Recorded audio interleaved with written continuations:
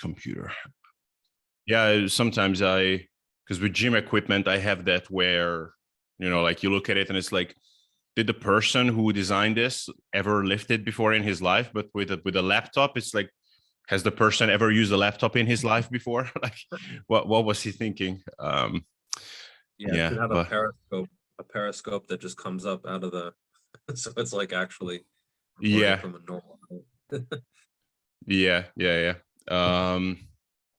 Anyways, yeah. How do I pronounce your name properly, by the way? So I think I know at this point it's Geoffrey and not Geoffrey, right? Yeah. Yeah, just Geoffrey.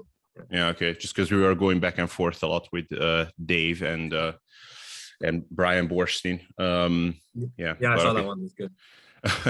and so if I say Geoff as a nickname, then that works. Okay, cool. Yeah, because the first time we talked, I called you Geoff the whole time, and then it hit me like, ooh, like what if that actually is like completely off? Yeah. No, spot on. Yeah, but then you also heard that I said that I really like how Natural Hypertrophy calls you like Geoff. It's really cool. Yeah. It's really funny. It is. We'll get into that whole thing. Yeah. So let's just start with some warming up. So hey Geoff, thank you for coming on. It's good to talk again. So how is life treating you these days? Yeah, just in general, how are you? Yeah, it's good. YouTube is a lot of work, but it's something I signed up for, so I can't really complain about the editing and about making the videos and everything and coaching. So yeah, life is good. It's a lot of hard work, but it's sort of just part of the process, I guess. Yeah. Do you how many subs do you have at the moment? Like 80 something thousand? No, actually, it just crossed 50. Oh, so yeah. 50, okay. 50 point something. Yeah, you're growing really fast, and I mean deservedly so. How many like videos are you aiming for per week, or like, because I see you posting quite frequently? Yeah, I've toned it down. I used to post every day, but that kind of schedule is just brutal. Yeah, like I would think of a video idea in the morning, research it in the morning, just like script everything, or at least have a list of topics, ideas that I wanted to talk about that topic. And then I would record it before I went to the gym. I would go to the gym in the afternoon. I would edit everything as I walked around after the gym, because I edit on my phone actually. And then I would get back and edit more, like a second layer, a third or fourth layer of editing. And then I would like upload it. First produce the video and then upload it, and then think of a title, and then also make a thumbnail. And that would be like all day, basically. But it's the quality drops off pretty noticeably, just because you don't really have enough time to actually think about what you're doing, or plan something out to the extent that it really should be. So I've gone down, I've sort of slowly gone down in frequency of posting to now I'm like maybe twice a week, which I think is a lot more sustainable and manageable, because I see a lot of YouTubers burn out, just completely burn out, especially the editing. It's tough. Yeah, it's so two questions off of that. By the way, just wanted to say I saw you with a lot of different haircuts. I think this one is the best that I've seen so far. This one suits you very well. Yeah. So do you, when you come up with video ideas, like do you have like a list that you're like looking at all times, like a pile, or it's just like on the spot, like inspiration hits you? And so how does it go? Yeah, so it used to be like, this is the video for the day. Like I just thought about it in the morning, and then I would go to the gym, and like if I needed B-roll footage, I would just like do that exercise that day. Like, oh, it's a video on overhead press. Like, guess I'm going to be doing overhead presses today. Like, I should load of sets just to record them. But now I plan it out more in advance, and I have projects that I've been working on for like months and months and months. So I'm sort of gathering footage and thinking about it more long term, because there's no real rush to to upload things, and I feel like the final product is a little bit more polished, and the hard work kind of shows through. And I think going for frequency can definitely work, but I think you can also lose subs that way if you post like twice a day and 3 times a day and every day. I mean, who wants to listen to me every day for an hour a day or something? It's just too much, right? Yeah. I mean, but the thing is, you're actually doing a very good job, even with the higher frequency. Surprisingly so, because that's what I tend to see as well, that it gets diluted really fast. I had one stint where the most frequent I've ever been on YouTube was every other day, and I kept that up for a couple of months. And the reason I stopped actually is because there was one like clear defining moment where I realized that I'm actually like I'm going for frequency to the expense of not just quality, but also, well, I wouldn't say integrity, but there was one moment where I literally didn't know what I should be, what the next video idea should be. So basically, I came up with like almost like a non-existent issue that I had that I wanted to discuss, which was that. So the video was called "I Screwed Up My Bulk," and basically the video was about how I gained too much fat too quickly and how I messed up. And it was like I've been bulking for like 2 weeks at the time and put on like a I don't know, a few grams too much fat. And but at least I had the video, and then I was roasted in the comment section about like how I'm completely messed up in the head if I think that this is screwing up a bulk. And they were completely right. Like, it was nonsense, but I just couldn't come up with anything else. So but I haven't seen that with you.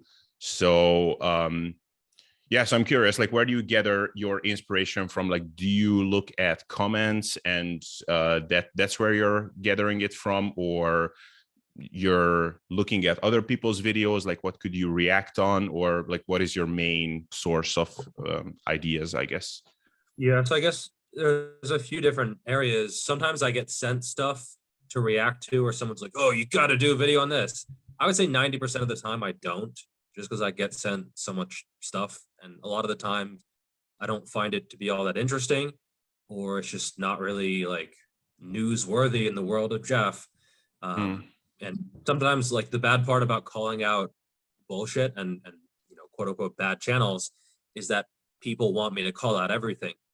So they'll send Yeah. me something and it'll be kind of bad, like it'll be kind of inaccurate, but it wasn't really malicious. And they'll be like, "You gotta call this guy out." I'm like, "Do I though? Like, do I? No, I don't think I do actually." Mm. And so I don't make a video about that kind of stuff most of the time. But if it's something really bad, then yeah, maybe. And then I don't always make videos when it comes to like stuff people request, because often, if it's requested a lot and I see it a bunch of different times, yeah, it'll probably be something that can help a lot of people. But if it's just like one person with a really specific issue, like, "Oh, could Mm. you make a video on like this one injury that I've had and I've like never heard of that injury?" And that's not really worth making a video about, because it has to be generally interesting to a Yeah. lot of people. Because again, that's like how people drop off the channel, is when you make a bunch of super specific content that they just don't really give a shit about. So I always think about, okay, is this like actually interesting to people? Can it actually benefit a wide variety of people? Is this something that I am personally interested in? Like, I don't make a lot of nutrition videos. You'll never see me make a recipe or cook on the Mhm. channel, like, because I just don't I just don't give a shit about that. Right? It's just not Yeah. something. I'm not gonna get fired up to make a fucking croissant or something. Like, who who cares, right? Yeah. Um, so it has to be like what something can help other people, but then I'm also interested in it, because otherwise, like, that's easy to get burnt out on as well, when just you're getting pulled in so many different directions, and you have to make content that keeps you interested and engaged as well as the viewer. So it's sort of a balance. Like, you can't have your content just be totally selfish. Like, I see some people in the content is like everything's a vlog or everything's about their new PR, everything like that. And there's no way that actually helps other people. And that's another way for people to drop off the channel. So you have to always sort of walk this tightrope between making interesting content for yourself, but also for other people, and keeping everyone interested and making sure it's also clickable and also keeps people watching the video and engaged, that kind of thing. So it's kind of difficult sometimes to decide what videos to make. And that's where I think lower frequency can help, because you're not forced to really make a decision with like, I got to make a video this day, today, got to make it, got to push it out there. I would say in the long term, that might actually hurt your channel in some cases. Yeah. It's how much do you think, this is sometimes what I think about, how much room do you think there is for making a video that is like just purely something that's fun for you, and maybe it's just entertainment and not so like your channel, like mine for the most part, is educational, but like something that is like purely like a trolling, like kind of funny video with no educational value at all. How much value or room is there for that? Like, what do you think? I would say it depends on your audience mostly, and it depends on like why people subbed. So, take Lane Norton. He has like very informational content, and it's almost always, science-based, focused on the information. And if he came out with just a video that didn't have that at all, I think people would be kind of confused, because that's not really why they subscribed to his channel. I'm not saying he's done this or anything. It's just, an example of an informational channel. And so on the other hand, you have these channels where they're all entertainment. What if Larry Wheels came out with like a Lane Norton style of content? Yeah. His fans would be like, what the, they wouldn't understand it. But then also like, they would be like, what is this? I came here to see, bloody nose deadlifts and arm wrestling, whatever. And so you sort of have to know your audience, and you can toss in the occasional different video, but you kind of have to look at like the comments and then the watch time and then the click through rate, etc. And I think you can get away with that kind of stuff sometimes, but you do have to be aware of the feedback as well. Yeah, definitely. So last question on this, the Greg Doucette Turkesterone video, which was great. Like, for the funny type of video it was like incredibly eye-opening. It was actually kind of shocking to watch it. How much time did that how much time did it take to put that together? I don't remember exactly. Perhaps 3 or 4 days, I want to say. Oh, that's pretty quick. Yeah. The one that I think a lot of people were surprised with my speed was the one where he debunked himself about the 4 pounds of muscle. Because it had like. Oh, that's what I meant. Yeah. The one where you're cutting in footages of him. Yeah. Okay. Yeah. That's the one that took. Actually, that was also like, that was like 2 or 3 days. And I think some people were surprised at how short that was. Yeah. I have a transcript of all his videos. Oh. So I can just search pounds of muscle. And anytime he has ever said pounds of muscle, I can find exactly where he has said that phrase. How do you do that? That's amazing. How actually, like, a fan sent it to me. So he's like, here's a Christmas gift or whatever. It wasn't Christmas. It was around Christmas. And he's like, he's like, enjoy. And I'm like, what the hell is this? He's like, what's your email? And he sends me this. And I look through it and it's like, holy, like there's everything here. And so amazing. I can just control F his name, or control F, any keyword, and I get, the video, the URL, the timestamp, and because all YouTube videos, I think they have a transcript now, so you can open it up and then just search any word and it'll show you exactly the timestamp. And I guess this guy maybe scraped the transcript from all of his old videos. So yeah, when I said at the end of the video, like, oh, I know how to get in contact with former Greg, like I just literally control F and I can see, Yeah. Oh, okay. I gotta find out. I mean, I know that in some videos you can see the transcript if you like look at the captions, like you can sort of see it, but how to like download it or something. I had no idea one could do that, but I guess there must be a way then. But Yeah, I don't know. I was impressed, and he also sent me a certain 12 million subscriber channel as well, which will be very useful. Oh, okay. Cool. Which one could that be? Yeah, I don't know. So okay, so let's make that transition to topic we wanted to chat about, and then if at the end we have some time, then I would also want to ask you some training about your training and bulk and stuff like that. But first, so to make the transition, first of all, in light of what just happened in the case of natural hypertrophy, which we are going to talk about, are you like, I've had lots of ideas recently, actually, which I think could be pretty cool to make videos about, but I am actually afraid if that's gonna end my channel or something, because like you just never know at this point. So do you have that in the back? I mean, you had those freaking strikes, which is when we first talked from Greg Doucette. So do you have this in the back of your mind? I mean, certainly right now I do, yeah, because I guess it's pretty fresh in my mind.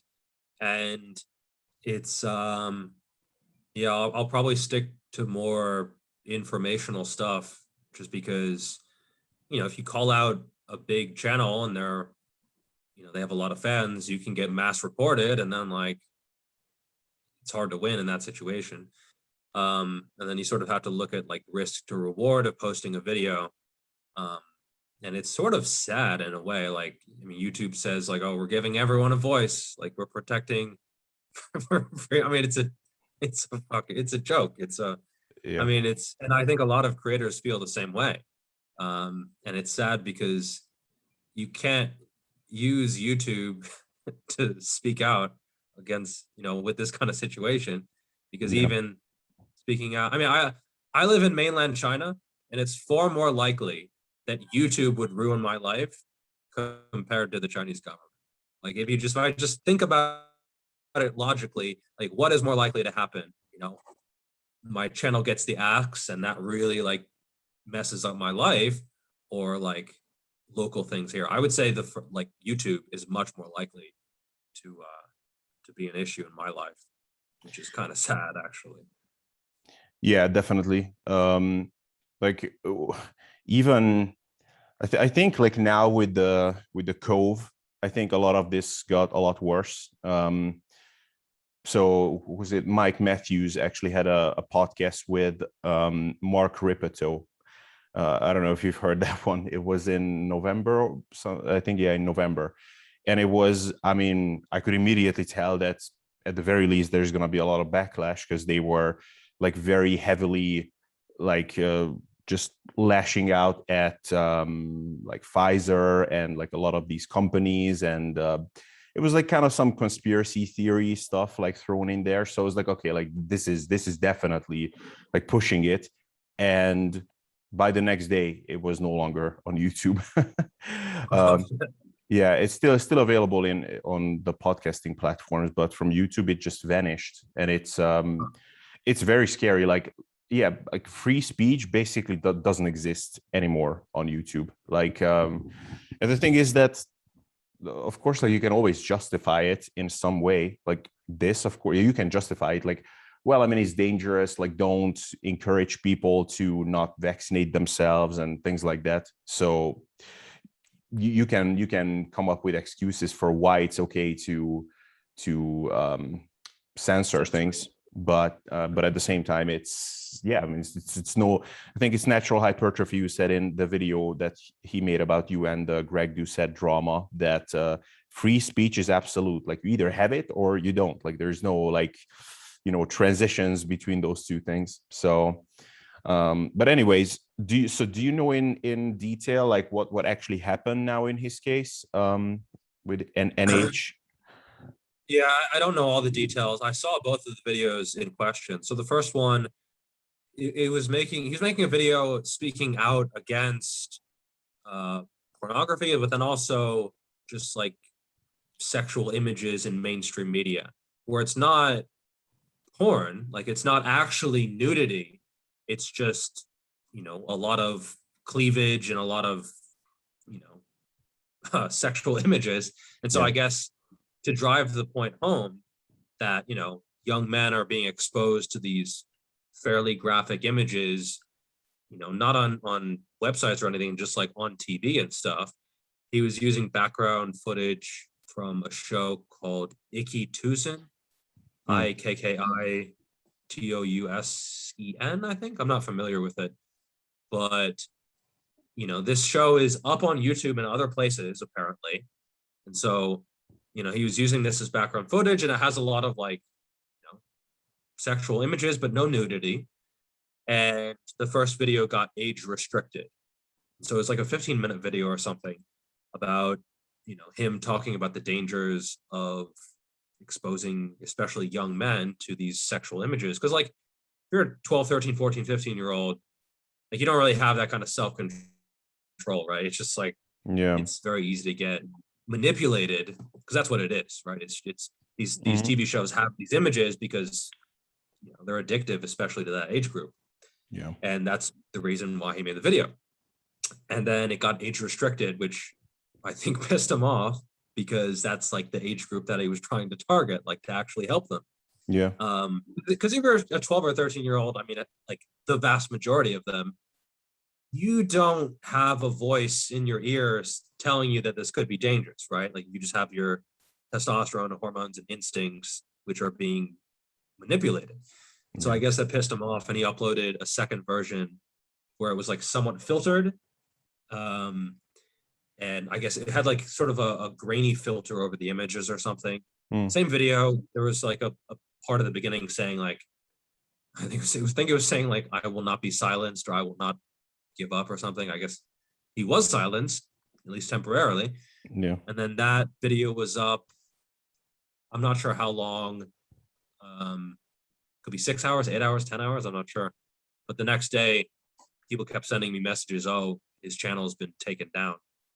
And I checked and it was down. And then I posted on my Instagram. A bunch of different people posted, and we're trying to get a hold of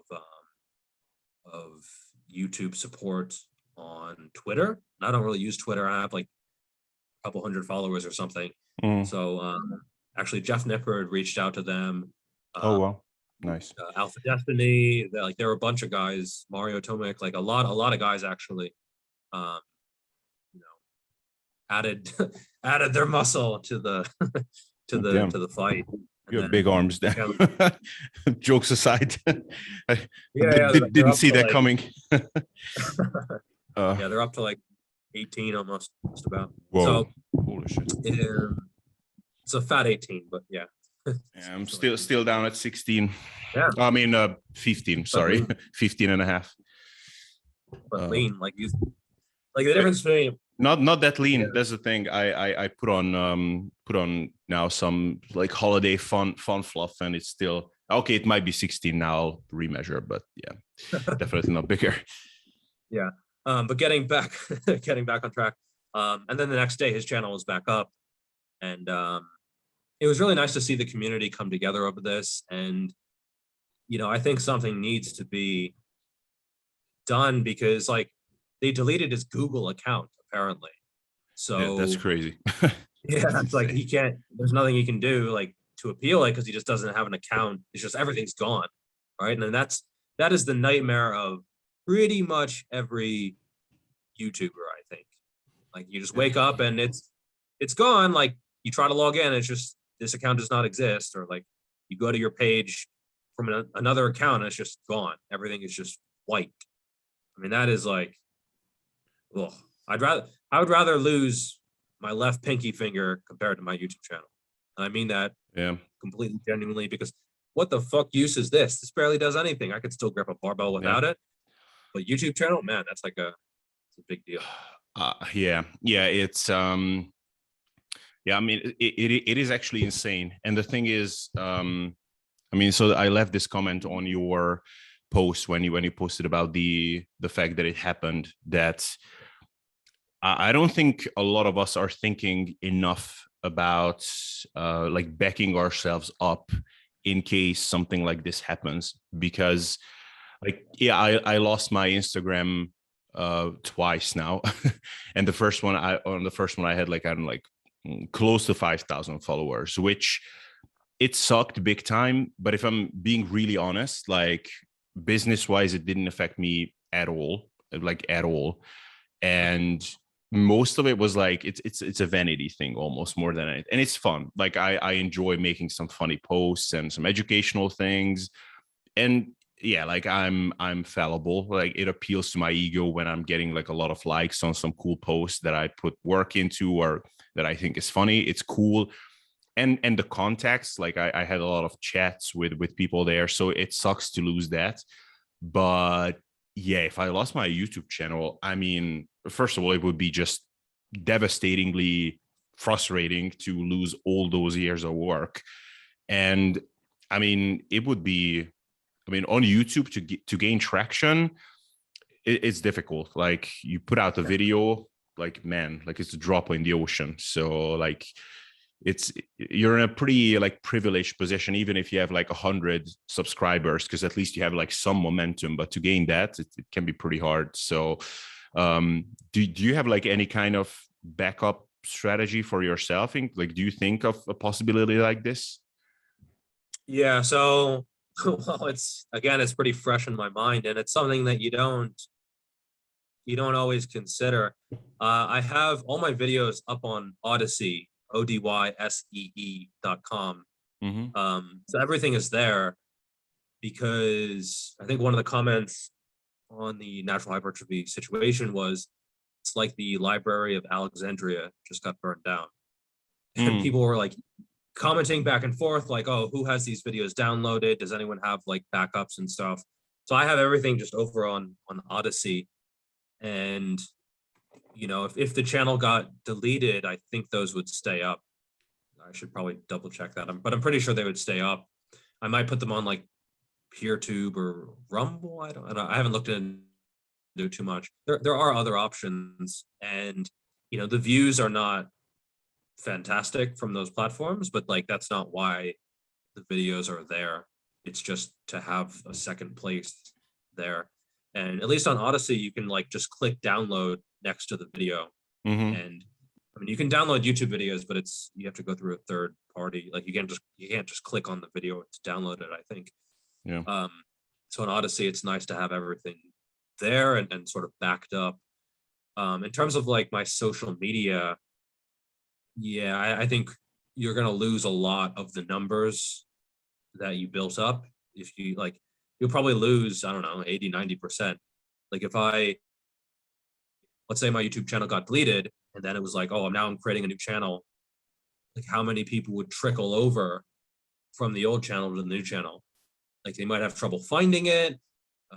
Maybe some friends could shout out the channel and guide people in the right direction. But, I would say I would probably be back down to like 10,000, maybe 20,000. Yeah.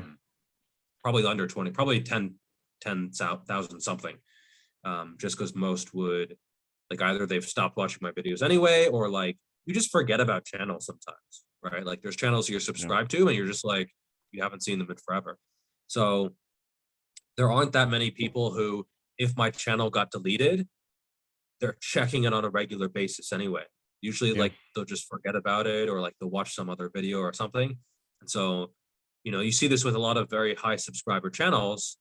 They don't have the same kind of engagement rate because a lot of people have already dropped off anyway.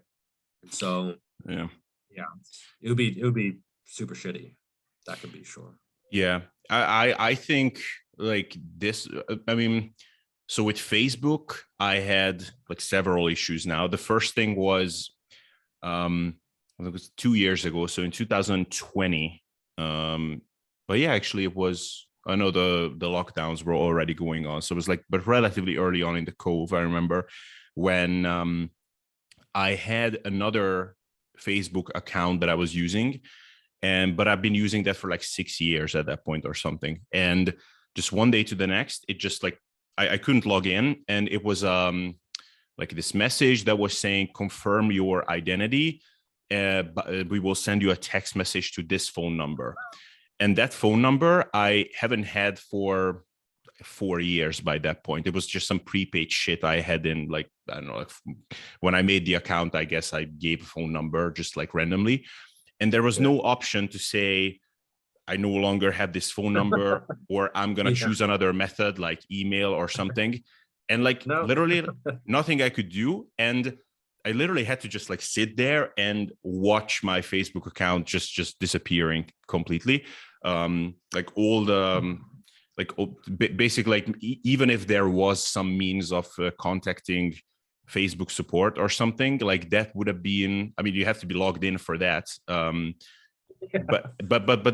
that was the first time when I really experienced how it is when, like, this would be such a simple, stupid issue to solve. Like all it would take is like someone to get on a phone with you or on a chat, and like in 1 minute, like it was like, hey, so I no longer have this phone number. Is there any other way? It's like, oh yeah, sorry, it's a mistake from our end. Click this link and it will be all good. Like that's all it would take. But it's just like all these automated like forms and forums and bullshit that they are directing you to. So like that was the first time when I realized that, man, like things can go in a heartbeat, and like you're very powerless. And it's quite ridiculous that there are no humans at the other end of this. And yeah, I mean, and again, the consequences were kind of shitty, but I had a Facebook group that I've been running, and people from my YouTube channel and stuff were coming there, and I had like 4,000 members in it. I lost that, which again was shitty, but I had to realize that, okay, like as cool as that Facebook group wasn't contributing to that much, because like literally like nothing changed after that. So that was shitty. Instagram accounts, same thing. And even on YouTube. So like for me to enable monetization on my channel, it was like a 2-year project, because they had some weird glitch where AdSense was somehow sensing that I had like 2 accounts open from 2 different email addresses. And like, even though I like deleted both accounts like several times, like it still said it, and it was like a glitch still.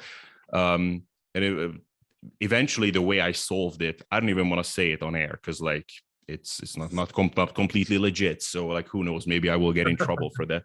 But I think anyway, all that was to say that I realized a long time ago that it's very, very dangerous to just rely on these platforms, because you don't own anything here. Like if YouTube just goes down tomorrow, like you have no right to complain to anyone, because like you were a guest there basically. So there's not that many people who work there. Especially I think Facebook, they keep their customer support super bare bones. And it's almost like they make it difficult to get a hold of a person, because they have so many users, just so much to deal with, that getting a person on the phone can be difficult. And I think they really need to hire more people. It's not like there's a shortage of money over at Facebook or Google or anything. It's just like they want to maximize profit, and therefore like hiring people is expensive, and so they try to automate as much as they can, and that doesn't end very well. And then you have the people who are checking the content. If you watch the whole video by Natural Hypertrophy, it's very, very obvious that he's using the images just to show the problem at hand.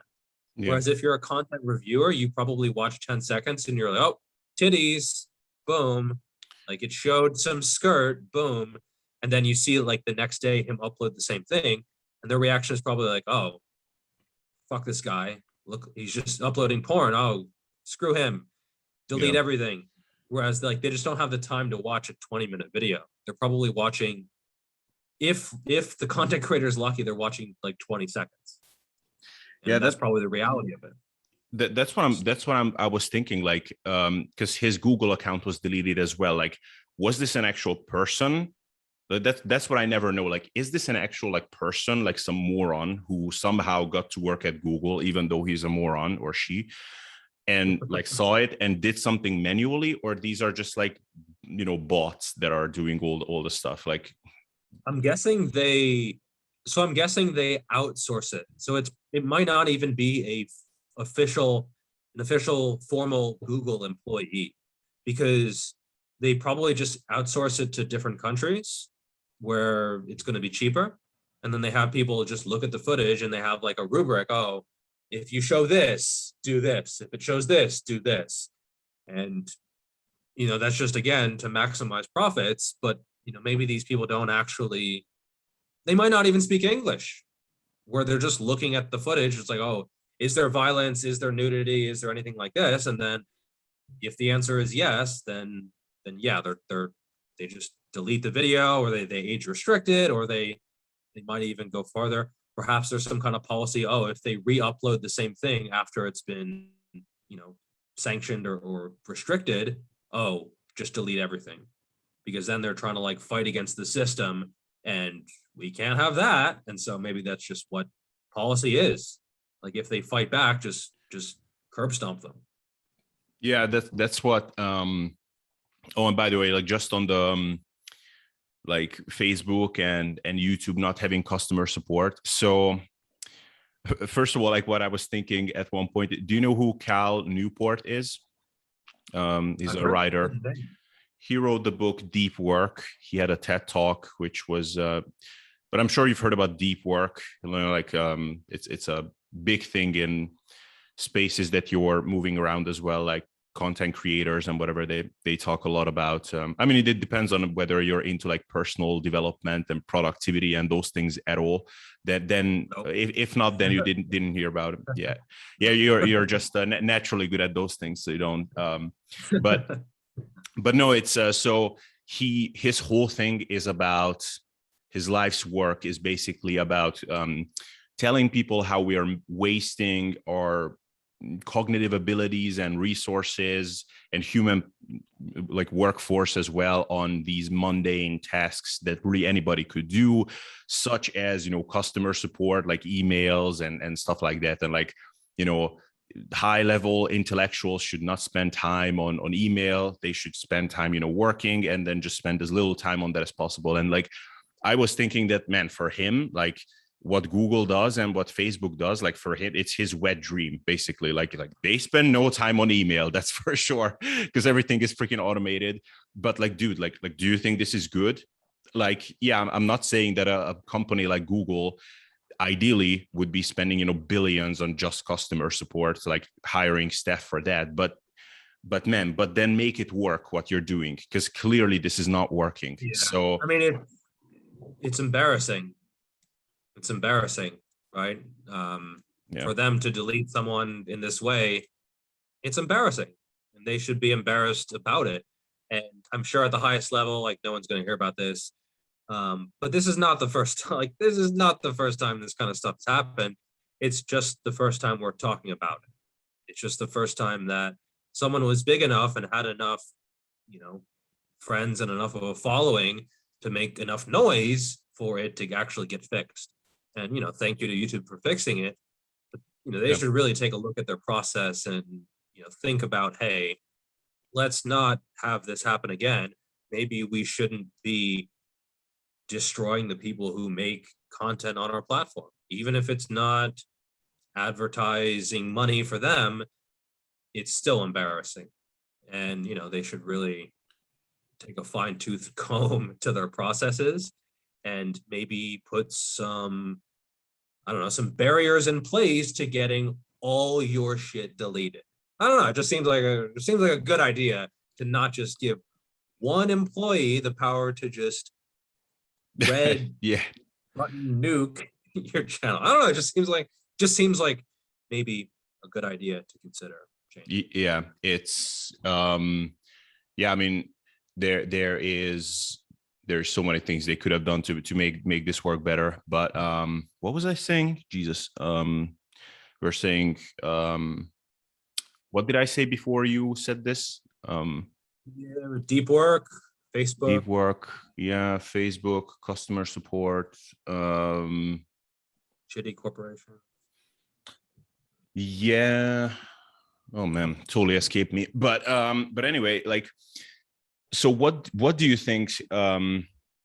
By the way, it's amazing of YouTube that they actually at least did something about it, because honestly, like that's that the Instagram, for example, like I've never heard of any instance. I've heard of some instances where someone was hacked and then they managed to sort that out. So Brian Borstein, for example. But even then, I think it was that his hacker was just dumb and like he tried to sign in and he got like a verification code on his phone. So like, oh, cool, I can log back in. Yeah. So yeah, so like having dumb hackers definitely helps, but someone who was just like randomly disabled, and something was done about it, or at least have gotten an explanation on why you're not getting re-enabled. I've never heard of that. So it's great that YouTube, at least, like, it seems like there is a way to make it work. If like Mike Israetel, for example, I talked to him and I asked him how he got back his Instagram, and he didn't really get it back because he was disabled at, like 170,000 followers. He didn't really get it back because it keeps getting disabled because it has like too many strikes on it or something. And he said like, well, I basically know enough people with enough money and influence. And even in his case, like, he cannot really sort it out because it just keeps getting like screwed over. So that's why he is using his new account that he opened. So on Instagram, it seems like you're just screwed because like the support there is just so minimal. It looks like, at least at Google, if you collect enough like big players that are standing beside you, then you can do something.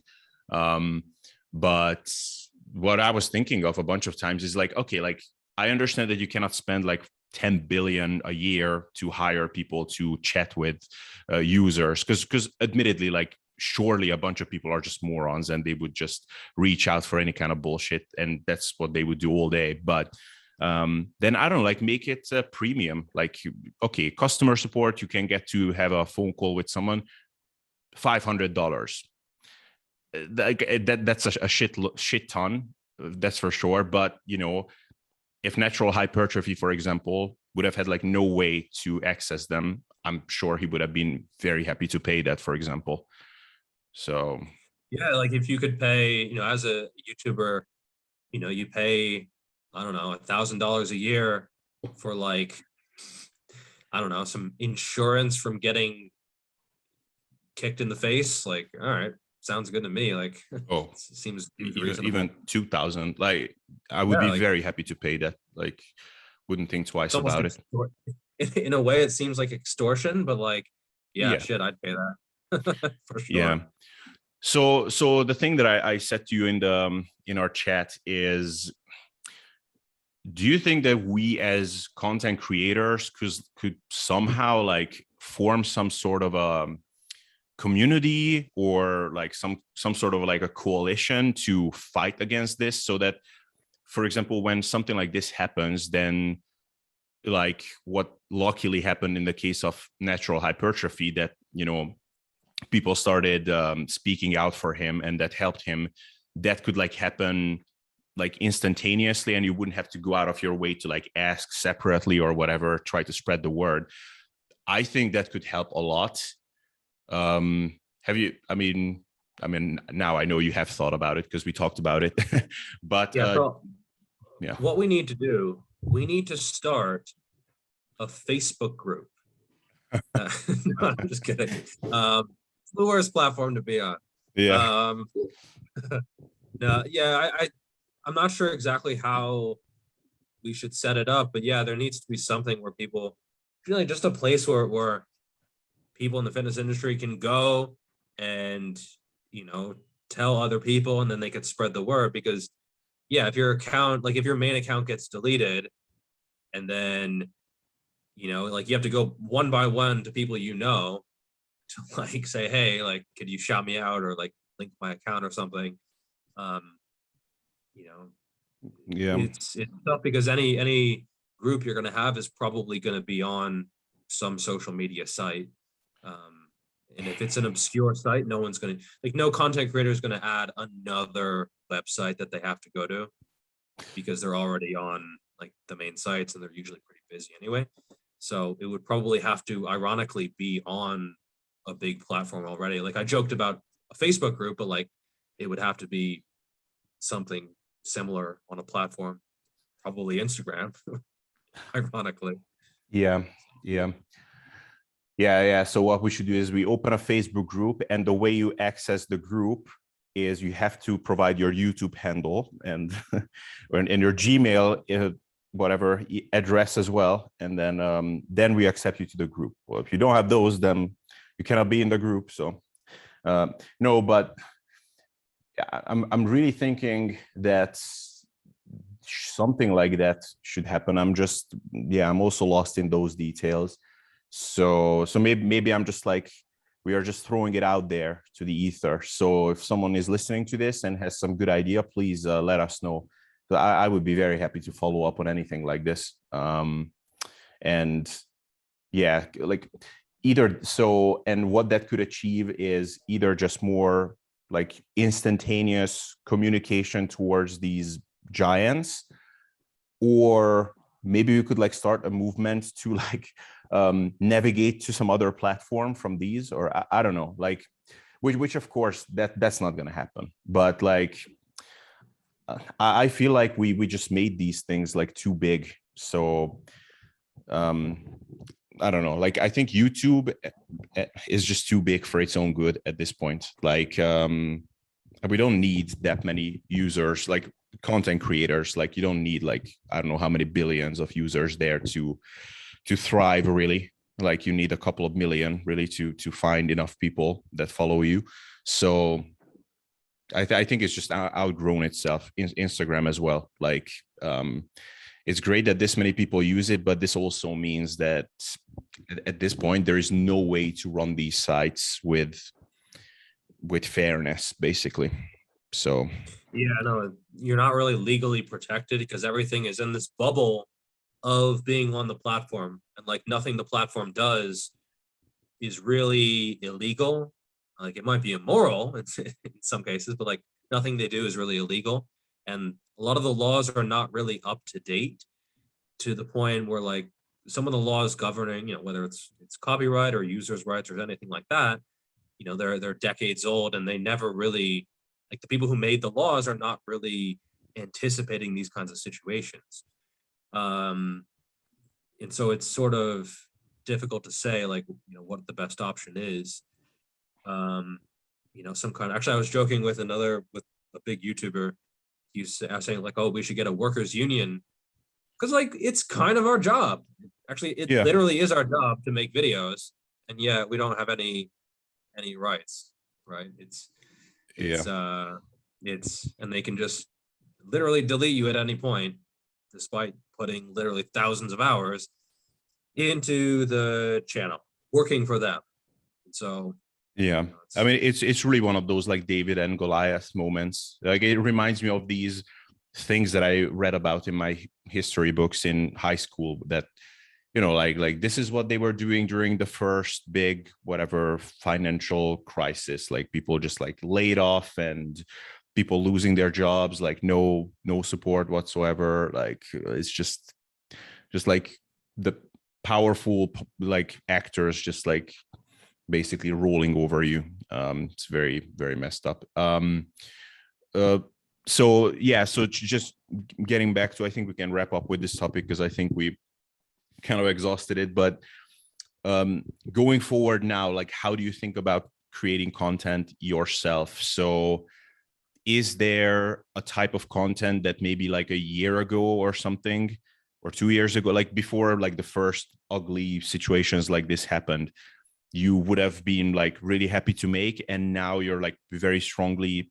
second guessing yourself whether you really should make that type of video? well, I've sort of only been making content for about 2 years on YouTube. Like it'll be 2 years Oh yeah. in March.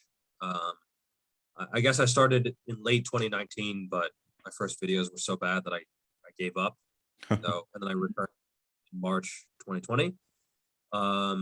So I mean, yeah, like anything with like, what if I make an edit and the edit has like a scene from a movie that's violent? It gets flagged for violence or something, right? Yeah. Like I have an edit, something like that. Or like, I don't really have a lot of sexual content in my videos. Like my mere presence is enough in the video. But what if some edit gets flagged like that? Like, I guess it's sort of in the back of my mind now. And then, maybe the call out videos where, I might tone it down a little bit, just because I think and this is probably just because as the channel grows, the tone kind of has to change a little bit as well. Like if you are a relatively small channel, calling out bigger channels is kind of acceptable. Yeah. But I think once you get to a bigger channel, it's like the balance of power kind of shifts. So, then you're calling out channels which are smaller than you, which is like, even then it's almost like bullying in some ways. So yeah, totally. so I think this is something that actually Greg Doucette kind of had to learn, where, Yeah. Hey, when I have 50,000 subs, I'm calling out the bullshit. But when you have 1 million, everyone is smaller than you, just about. And so there's not really many people you can call out without that dynamic changes, which is probably why he loves calling out Geoff Cavalier, because he's one of the few channels where, it's actually bigger than him, and he can have that similar feeling of calling out the big channels. And no one's going to say that Greg Doucette is bullying Geoff Cavalier, right? Yeah. Because of that balance of power. But, if he calls out a YouTuber with 1,000 subscribers, that could have some serious ramifications when you're sending, 20,000 angry fanboys to someone's channel. And so, that's something that I also keep in mind. I'm not really calling out Greg for this. It's something that I also keep in mind, because, as the channel grows, I have to be a little bit more mindful with how I word things, and like how aggressive / passionate I get in the video, that kind of thing. Just because, the bigger the channel, the more words have ramifications, and you sort of have to understand what that might be. Yeah, do you actually know the rules on that? Like, is it like up to 15 seconds you're allowed to play like other people's videos and stuff, and then you cannot be struck with copyright like at a time? So like you can play 15 seconds, then a break, use talk, another 15 seconds, something like that? Or... I think it depends on the type of content, and it also depends on their automated systems. So sometimes music will get flagged for even shorter than that. I'm pretty sure I've gotten edits flagged that were not 15 seconds. They were definitely under that. But music is very easy to flag. Video content, you can just reverse it, which seems to help. Reverse it, you mean? Like yeah, play so backwards? No. Oh, so like flip the image. Yeah, that's what I meant. So you can flip the image, and then it's like harder to detect. You can maybe change the shading or something. It's supposed to be if you're responding to it. So if you're reacting to it and you're in the image the whole time, that's supposed to be okay for any amount of time. I'm pretty sure. Like, you see some channels where it's like they're reacting to the video the whole time. Like, they play a video and it's just like, hello, I'm here. Yeah. Now it's okay. So I think it depends on, because copyright law is not black and white. That's what people don't realize. It's not like this isn't. It depends on the context, if it's educational, if it's fair use, if they're profiting. There's a lot of factors that go into it. And especially on YouTube, it's sort of its own bubble. Again, it's its own situation that's a little bit distinct from the law, and they can go out of the bubble into the law, but most of the time it stays in this bubble of YouTube. And any copyright issues are just solved here, because otherwise, people would be suing each other left and right. And so everything is sort of in here, and occasionally, pretty damn rarely it seems, it goes out of there. But usually it sort of stays within the YouTube system. And that's why they designed this system, so that they didn't have to deal with legal kind of stuff frequently. Yeah. Actually, now that I think of it, like the cheapest like way to get more content for yourself is to like react to some like totally legit video and just like sit there the whole time. It's like, Yeah, very well said. Yeah, actually, I find this to be sketchy, just like in terms of thinking about like who benefits or something. So I won't name names, but there's like this big content creator. He took this other video from another content creator that was very popular, literally played through the entire thing, him occasionally stopping it, taking breaks, and then at the end of the video, he's like, "Whoa, go check out the full video." Well, I guess you just saw the whole video. Go leave him a like drop him a thumbs up. It's that situation where if someone is disincentivized from watching the original video, it can basically kill the original video Hmm. because they don't have a reason to go watch it. They don't, no one subs to their channel. If they're a good person about it, and this person was actually like they left their link in the description and that kind of stuff, they can still benefit from it. And I try to link whenever I mention a video, whenever I like, react to a video, you know, I try to send as much traffic their way. Um, unless they're an asshole, in which case I don't. But if they're a good person, it's a good video. I'm essentially taking their content, at least in part, and so I want to sort of send some value back their way. And a lot of people don't do that. I think it's important, especially if it's a good video, to actually at least make the attempt to have it be a two-way street. Yeah. It's yeah. So from now on, I will be reviewing all your videos. I will be every video you make. The next day, you will see my reaction. I'm just gonna be, wow, but really well said. Like this. Just eating your breakfast. Actually, I saw this channel, and I'm not gonna name it because he's an idiot, and I don't like him, and I don't want to send any traffic his way. But that's what he does. He's been creating like 2 videos a day. He's just eating and watching the video. He doesn't even pause it. He just talks when he has an idea. So Wow. and obviously these videos are not that popular because like Yeah. it's lower quality than the original.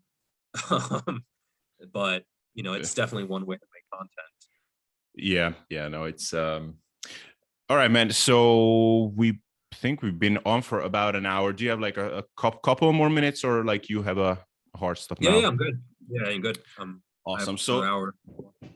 yeah, so wanted to ask you a little bit about like some training stuff and whatever, just to for people that are not interested in this kind of stuff, so that they can see in the timestamps that we talked about. But I'm actually interested in it. So you being on a pretty assertive bulk for the past couple of months. So the first thing I would like to ask, so you gained something like 30 pounds in 6 months or something like that? Yeah, about that. From like 85 to 86, and now I'm like 96 to 97. I was up to like 98 and a half, almost 99, but I dropped down a little bit. It's just tough to eat enough food. Uh, yeah, it's would you consider yourself a person with like genetically smaller appetite or average, bigger? Bigger, but it also I can like control it pretty easily. So if Mm-hmm. someone is like, "Oh, you have to get back to 85, 86 kilos in, a month and a half or 2 months," like it would be shitty. Like I would have to be in a very big deficit, but I could deal with it. But I would say, yeah, I have no problem most of the time getting down the food. I do intermittent fasting, so I'm still getting in like probably close to 4,000 calories in a roughly a 4 or 5 hour feeding window for solid food. So I guess to go into detail about the diet. So in the morning, I have coffee and casein protein powder. So I might have Uh-huh. like Okay. one, maybe 2 scoops of that in the morning. Mm-hmm. And that's just what I've always done. If I'm cutting, if I'm bulking, like that's just, I don't want to have to deal with food. So I have that and then I work in the whole morning. And then at 2 p.m. I go to the gym. I have a liter of skim milk and a little bit over a liter of orange juice. It's like 1.25 liters of orange juice. Nice. And that is like 35 grams or so of protein, probably 150 to maybe 200 grams of carbohydrates during my workout. And I've been doing pretty high volume training and pretty hard training as well. So it's a lot. It's a lot of work, probably an hour and a half, sometimes up to 2 hours of pretty tough training. And that seems to help pretty significantly. Right now I'm doing full body every day. And so it definitely has helped with that. Full body every day. Nice. And then I walk around. I used to have 2 ice creams after training. I have to get back to doing that because it helps. And then I have a liter to a liter and a half of whole milk halfway through my walk. Go mad. And then I walk home. I have my dinner, which has recently been a whole 12-inch pizza, some other stuff, cheesy bread or something else. And then, if my wife cooks, I'll eat that. But that's why I've been actually losing weight, because it's not as calorically dense. And so it's just lower calories, and I can't get as many in. And then maybe a second meal of rice and vegetables and healthy foods. But it just sort of depends on what I want. And, if I'm cutting, obviously that'll be a lot sort of cleaner and lower calorie. And that's probably the biggest change that I make if I'm bulking or cutting. And then another casein shake before bed. So it's like probably 1, 2, 3, 5-ish feedings of protein. Yeah, it's interesting because basically, I don't think I would actually be curious to see that if I was willing to let myself eat as shitty as I want, no regards to health and nutrient density and these things, where would I actually stop? Where I would be okay, even from these super palatable shitty foods, I just don't want to eat anymore. Where would that be? I mean, of course, there is a point where you're never really hungry. You're just I could eat a bit more pie or whatever. But where would that point be where I would just couldn't help under eating even from these things? I think it's interesting. Go ahead. Yeah, because because a lot of people in the fitness industry, they'll see me eating a pizza or some other non-clean food, and they'll freak out. They'll just be you're telling people the wrong habits or something. So often I don't even talk about my diet, but this is just what it takes to get me to my goals with the structure that I want to help me still create content and get in the calories that I need. I don't want to eat 6 meals a day. It's just, I don't want to do that. So it's a lot of liquid calories. It's a lot of calorie dense foods after training. But even with these calorie dense foods, sometimes I'm losing weight or plateau. So I would say, your metabolism and your hunger levels, especially, they kind of balance after a while. And so if I wanted to get to 100 kilos, that was my goal, to get to 220 pounds. And, we'll see if it happens this year, but I have to really push the needle up and eat food when I don't want to really eat food to get up to that level. So if I'm active, I'm getting in 10,000 or 12,000 steps a day. I'm large, I train a lot, my training is tough. I train full body fairly frequently right now, aggressively overloading. And so plus with the intermittent fasting, I can eat a lot of food and, not get fat. Whereas some people, they're sedentary and they don't train hard and they don't have a lot of muscle mass. So they're looking at calories the total opposite way. So for me, I'm trying to get them up. For them, they're trying to get them down, and they're always hungry, etc. It's a completely different situation, compared to just the average desk worker or something, or someone who doesn't have a fitness or athletic background. And so a lot of professional athletes will have this problem too. They'll be always trying to get in these calories that they need to grow and to perform well. and they don't want to eat, but they have to eat if they want to get bigger and get stronger and to perform well and have the energy they need. And so, Yeah. if they tell the average person like, oh, I'm trying to get in these calories, the average person's like, what does that even mean? Like they can't even Yeah. understand that mindset. So it's sort of looking at it from a totally different perspective. Yeah. And I think also a lot of it depends on, like, I've seen a lot of your content on some of your earlier videos, even where you were talking about kind of like intuitive eating, and the way you were talking about it, it seems like you actually have like a very like naturally healthy kind of relationship with your body signals and regulating your hunger and these sorts of things. And I think, am I correct in saying that, by the way? Yeah, I would say so. But this is partly, again, like if the more active you are, the easier it is to regulate things. Mm-hmm. And so if someone is getting in like 1,000 steps a day or something, that's going to be really tough because, Oh yeah. or if they're surrounded by foods in the house. Like I don't really keep food in the house, right? Like I don't keep cookies nearby while I work because they would be inside of my belly like very, Yeah. very quickly. So I keep just a very, and I don't even do this consciously. It's just sort of like how I set things up. And, I don't count calories, but I did for many years. And I think that has helped with Mm-hmm. prioritizing things. But I Yeah. think I'm getting to the level where it's more unconscious competence, where I know what I need, I know my goals, and I know how much structure I need to get to those goals. And it isn't very much structure, because a lot of it is more habitual, and I don't really have to force it or go out of my way to go get that. But if someone is maybe more of a beginner, yeah, they might need to count.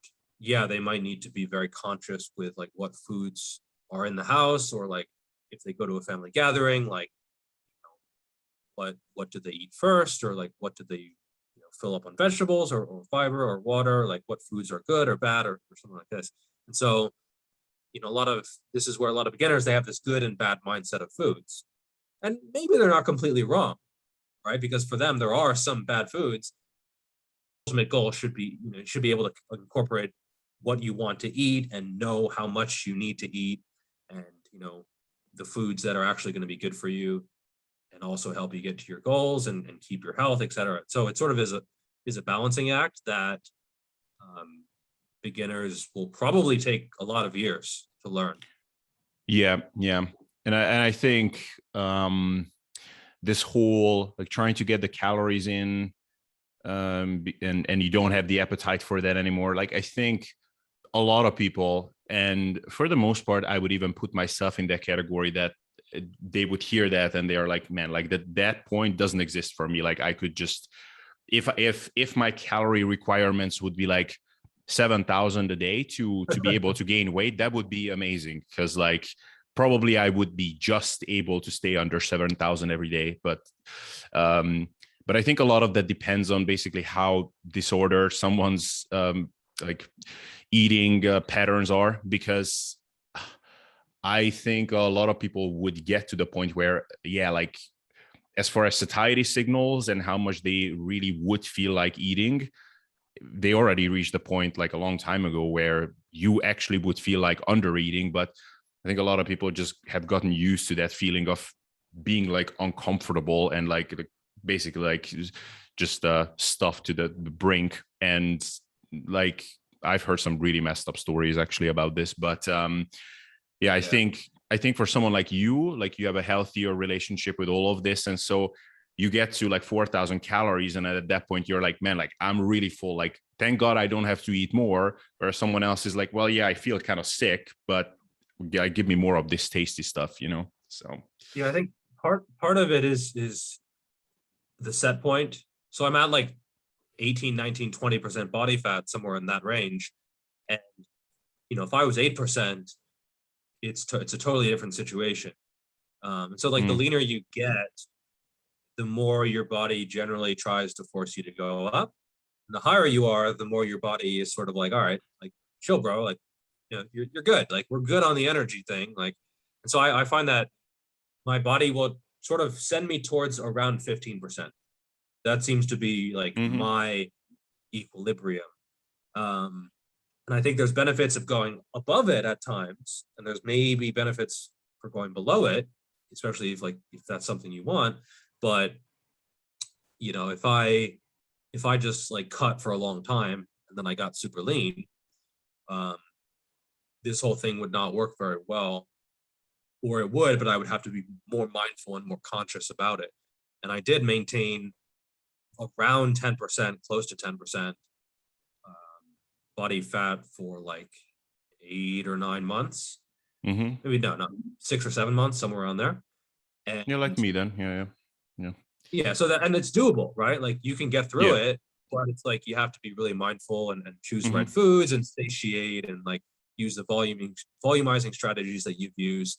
And it can work, right? Like it's doable, but like your body is still sometimes like speaking to you and saying, hey, like, like you can tell, right? And I've actually seen this with the cookbook with some people who message me and they're on like the cookbook diet where it's a lot of volume and fiber.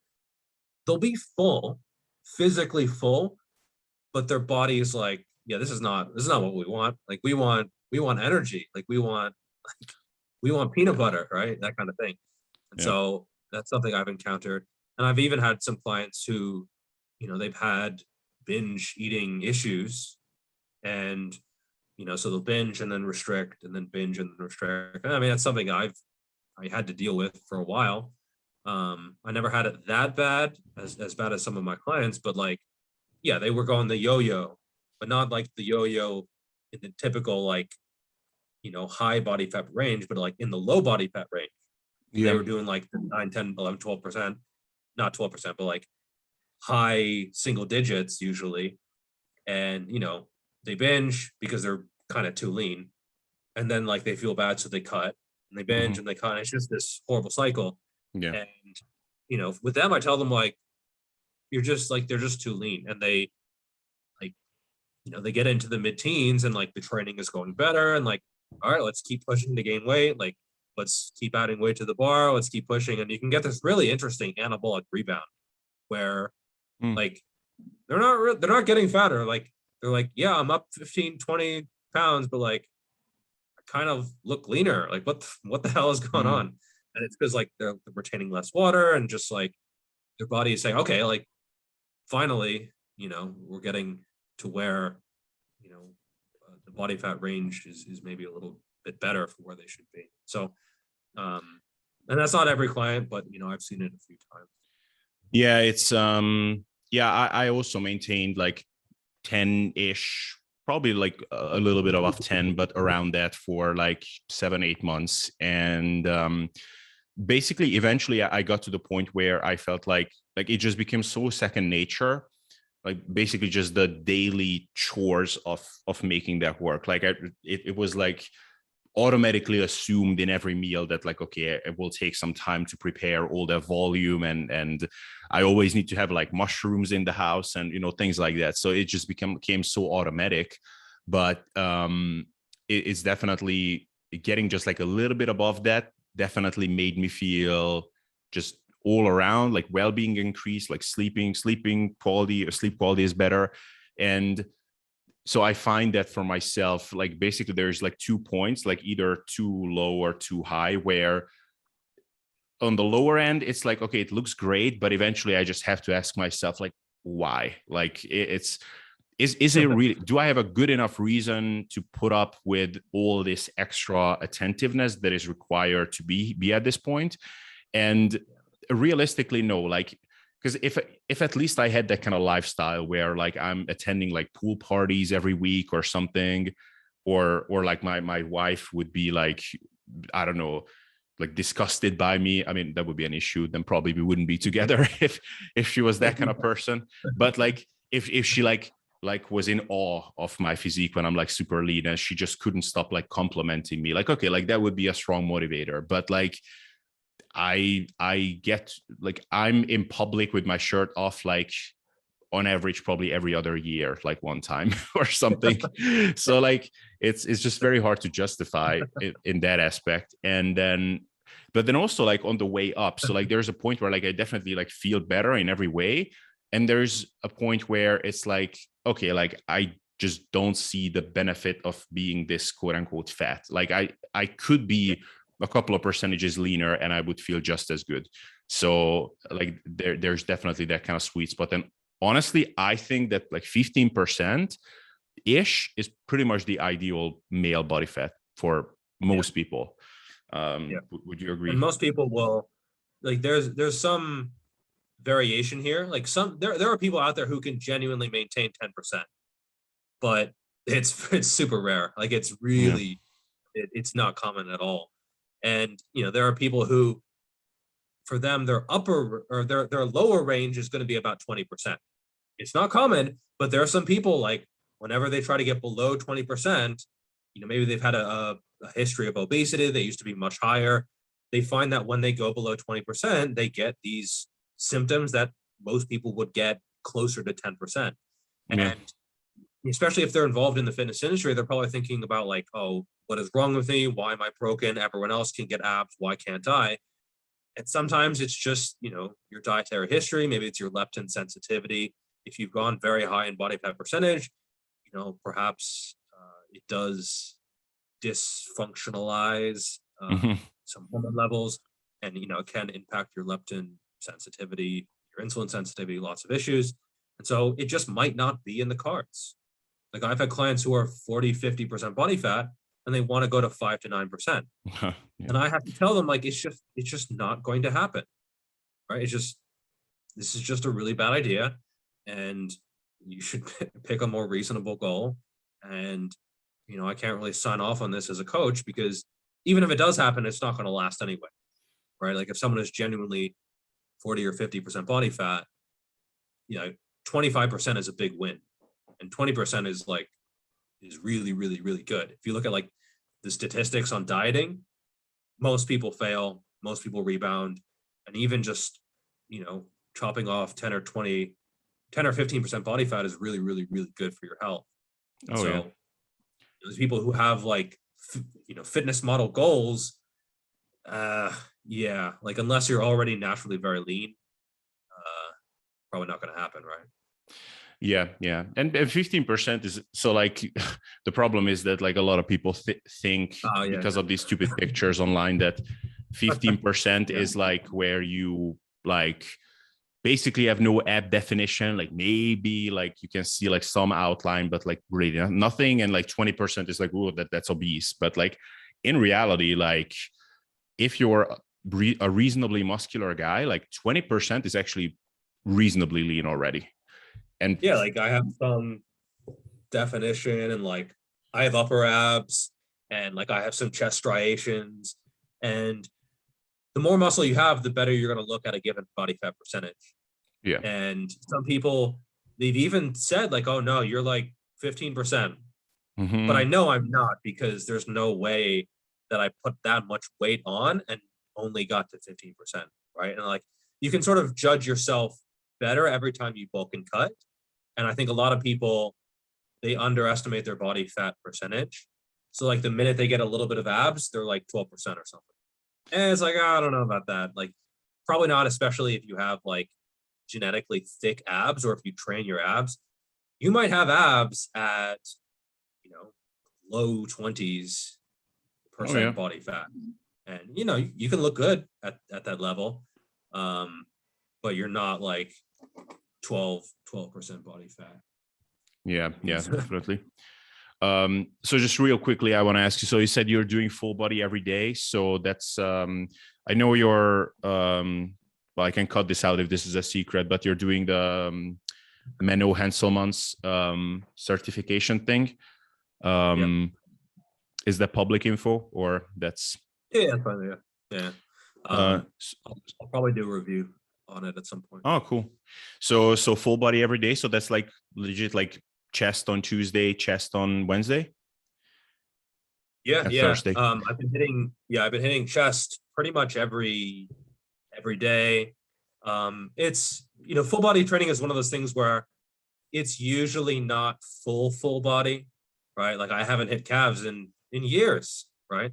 Yeah, same. And then like I'm not doing wrist curls every day or like neck every day, but Yeah, it's yeah. like every day I have some kind of lower body, um, usually some kind of squat, some kind of hinge, some kind of horizontal press, sometimes a vertical overhead press, sometimes not. I might just do isolation stuff instead of Hmm. pressing sometimes. Um, Not for any particular reason, just because I don't have that many pressing exercises that I even like, and I want to vary them. So I have like maybe 3 or 4 that I would include.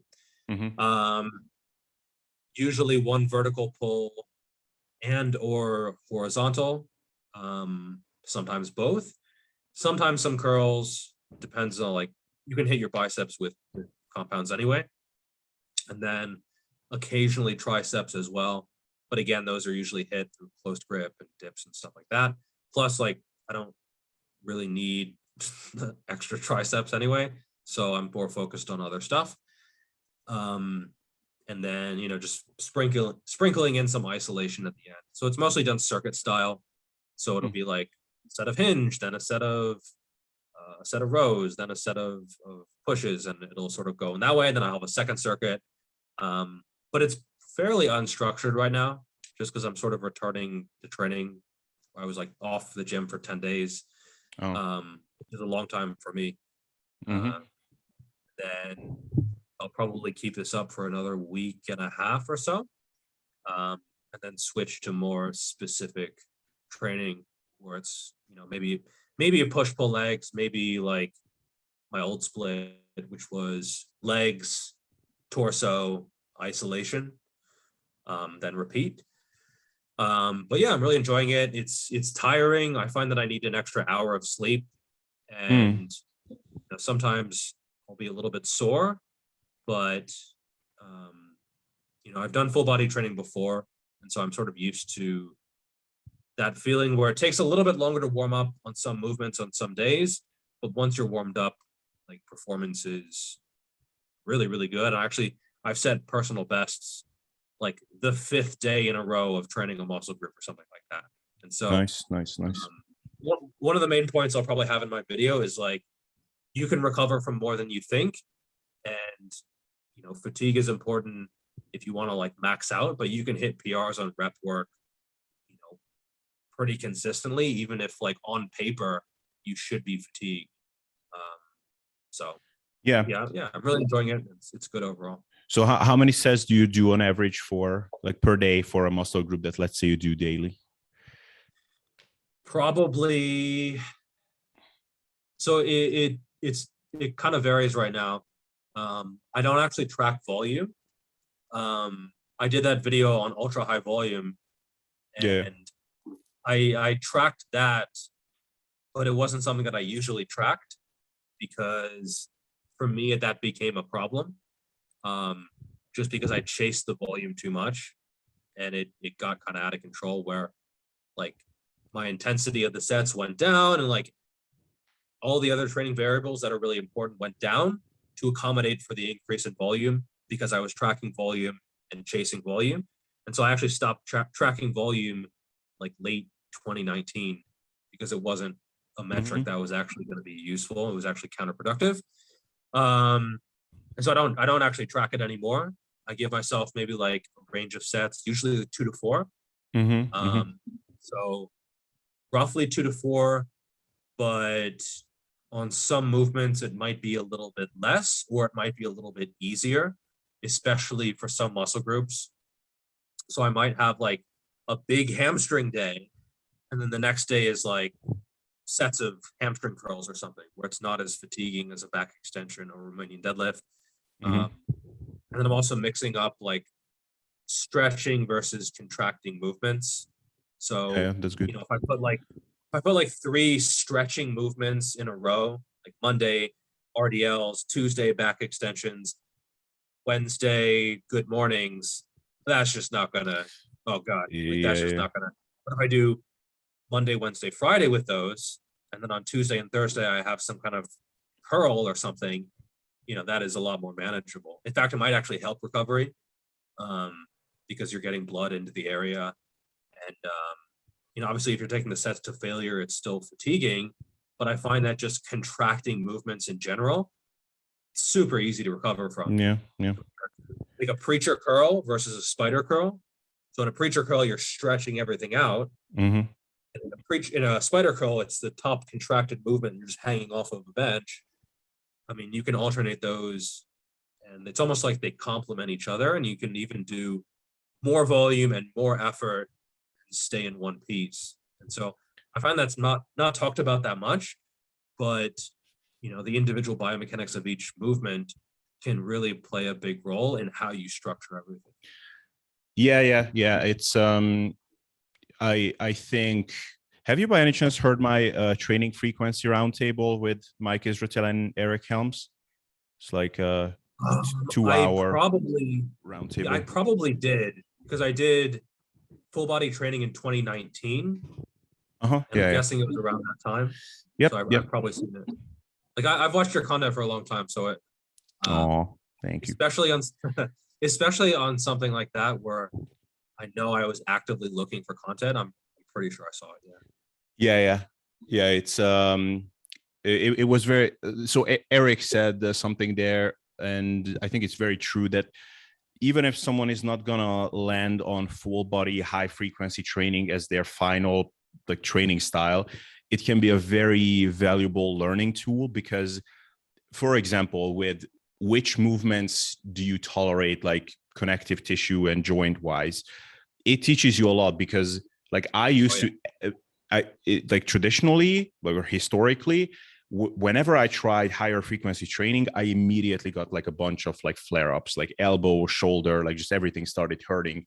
And then now I don't have that issue at all. And basically, like whatever movements I can make work with a higher frequency setup, like basically those are my most sustainable exercises, even if I train with lower frequency. So like what I found is so if you want to do higher frequency training and you're like reasonably strong already, so you have to be a bit careful, like exercise variety is a pretty big key. So like having like, let's say 2 movements only for a muscle group and just like going back and forth, like A, B, that's, I mean, yeah, especially if that's like, I mean, I did that for a while and that was a pretty dumb idea. Like back squats and leg extensions, like those 2 movements, and like A, B.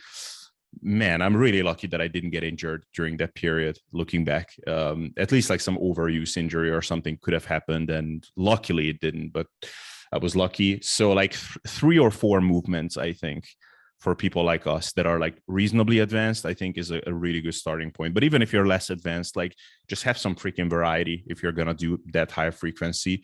And exactly as you're saying, like you will be surprised how well you can recover. Like for a lot of people, just training a muscle group back to back is insanity, but you can really do it, and you will get stronger. Like you will be hitting rep PRs and weight PRs. So definitely. And what you said, that's a really good point.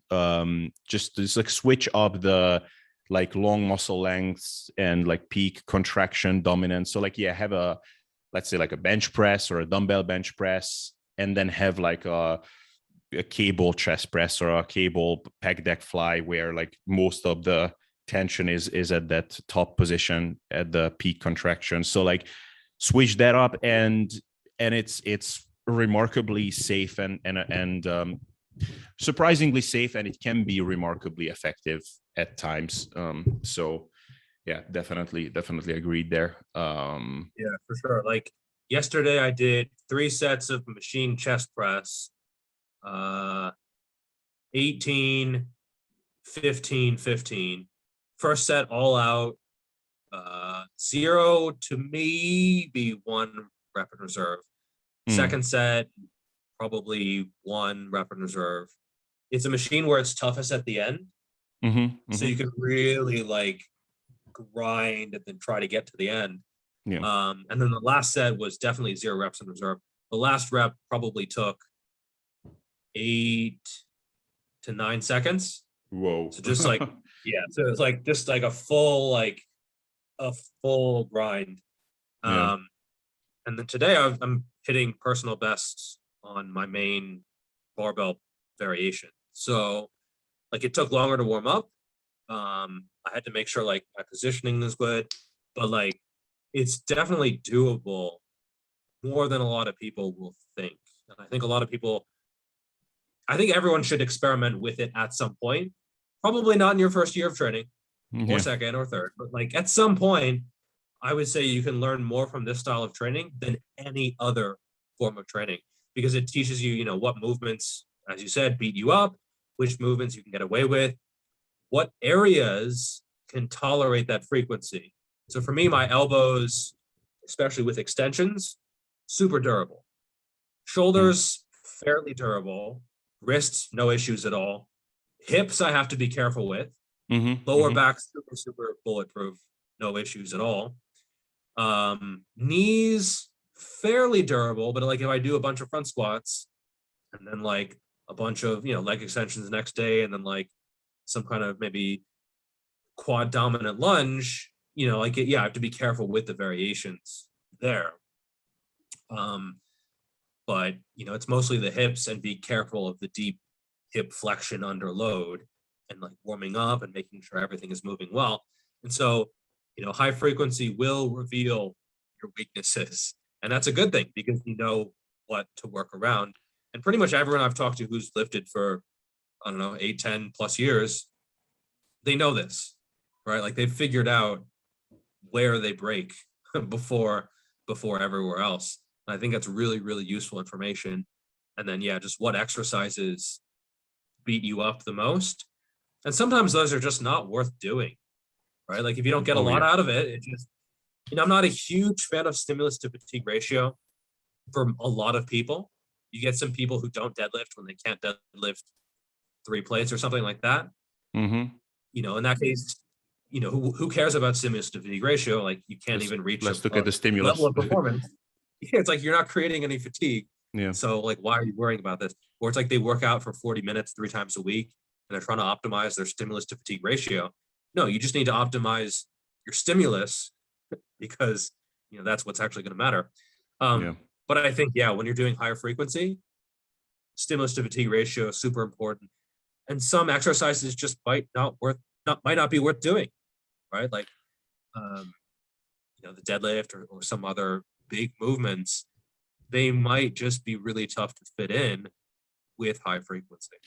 Yeah, it's so just 2 things and then we will wrap up because I kept you up for long enough and it's getting late there. So so like just on like how much it teaches you, like for example, like this, I don't think I would have discovered if I didn't do high frequency. So I was trying to bring up my arms a bit, which kind of lost hope over that, but like, okay, like I'll do some higher arm volume cycle or whatever. So I was doing like arms like basically every day and it was like a different curl variation, but like was doing basically daily bicep work and tricep work. And from the bicep curls, like, what do you call this? Like elbow crease? Is this the? Yeah, I'm not sure if there's a technical term, but yeah.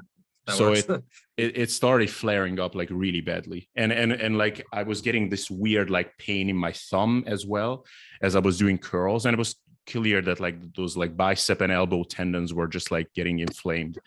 So basically I just had to realize that, okay, like I just have to stand in a particular way. And like if I do a cable curl and the cable is from behind me, then like I shouldn't give it this massive stretch in the bottom. Like kind of it should be like slightly pulling the arm back, but not quite as much. And I also found that if I abduct my shoulder a little bit or my arm a little bit, that for some reason also makes it better. And like since then I gave that advice to people who had that kind of problem and it helped them. And it's like super cool. And I wouldn't have realized that if I didn't do like daily arm training, because then like all those limitations became like super apparent. So that's one thing. And the other thing is like, yeah, with some, for me, it's my knees actually. Like I can do daily quad work, but that's one of those things that I like really have to warm up. So like I have to do some like I'm just like kicking back and forth. I have to do that. Then like just squat down just with body weight a few times. Like it actually like kind of a pain in the ass to warm up for it. And then I'm good to go. So it's like, man, like I'm gonna do that like 6-7 days a week, like get the hell out. So now I'm just like, okay, I'll get all my leg extensions, hex squats, and whatever down like twice a week. That's gonna be more than enough messing around with this bullshit. So yeah, 100%. very, very cool Yeah, I learning agree. tool. Like for some people, like they want to just consolidate the volume. And I've heard powerlifters talk about this, where it's like maybe it's a lower back or something. They just consolidated their squat and their deadlift to give themselves more time to recover, because it would just flare up if they did higher frequency for whatever area it was. And yeah, there's some areas that, and I was actually saying for most areas, the limiting factor in the long term is your joint integrity. Yeah. Like for a lot of people, they don't have a quad MRV, they have a knee MRV.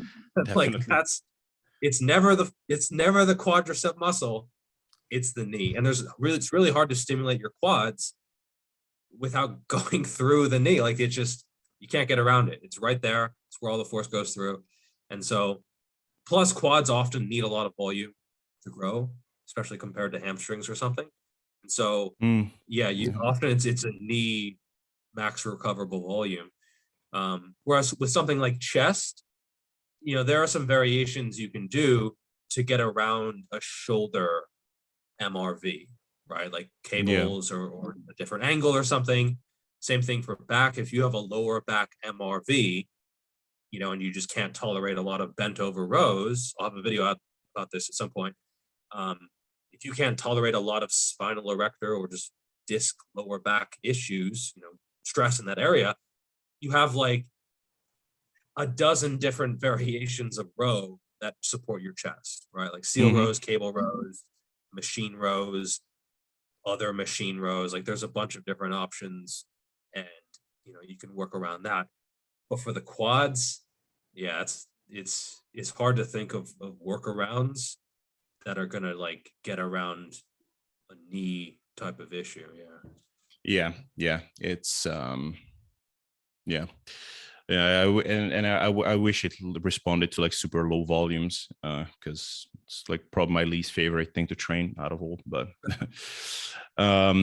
anyway, man, so let's wrap it up here. Thank you so much for taking this much time, and it was really cool to talk to you again. So as I said, from now on, I'm reviewing all your videos. So it's just 2 daily Geoffrey videos that you will see. Just kidding. Yeah, so please let us know where people can check out your content and work. Unfortunately, it's all been deleted at this point because YouTube, they've seen this upload, they've scanned through it with their sensors, and they've just realized, oh no, that I'm a threat. I'm a threat to the system, and Matrix style, they're gonna. Okay, then all Geoff's subscribers, please come to me. You have me as a backup. Just kidding. Subscribe to me. I'll just send my content to you, and then you can review it. People can watch it. So it's just my name, Geoffrey, Verity Schofield. I'm surprised at how many people type out the whole thing. It should autocomplete once you get in the first name, hopefully. Awesome. So yeah, so you're on Instagram, YouTube, and where else? Those are the main ones. I'm on Quora as well. It's where I started, but I barely write there anymore. I'm kind of. Alrighty. Well then, Geoff, thanks so much for taking the time. It was a pleasure. My pleasure. Awesome.